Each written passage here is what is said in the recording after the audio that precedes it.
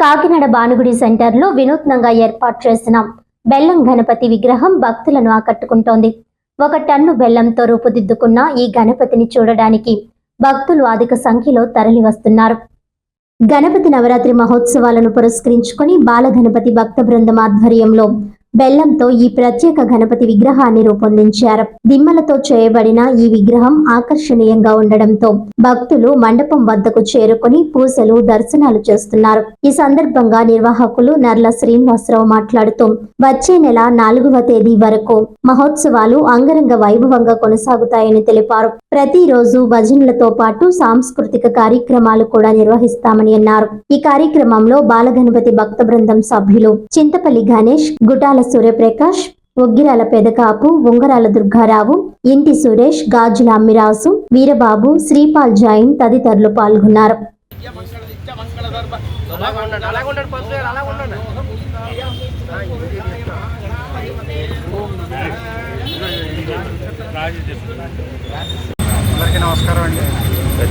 అందరికీ నమస్కారం.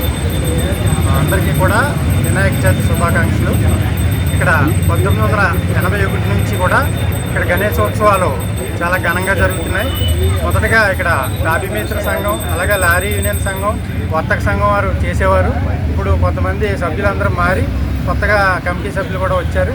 అందువల్ల ఈ సంవత్సరం ఏదన్నా మనం భక్తులకి కొంచెం వెరైటీ చూపిందామనే ఉద్దేశంతో 1 టన్ను బెల్లంతో గణేశుడి విగ్రహం తయారు చేయబడింది.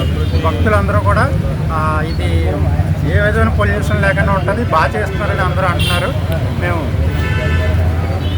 భక్తులందరూ కూడా వస్తున్నారు ఇక్కడికి. చాలా బాగుందని అందరూ చెప్తున్నారు. కాకినాడలో మాకు ఇదే బెస్ట్ విగ్రహం కూడా అందరూ చెప్తున్నారు.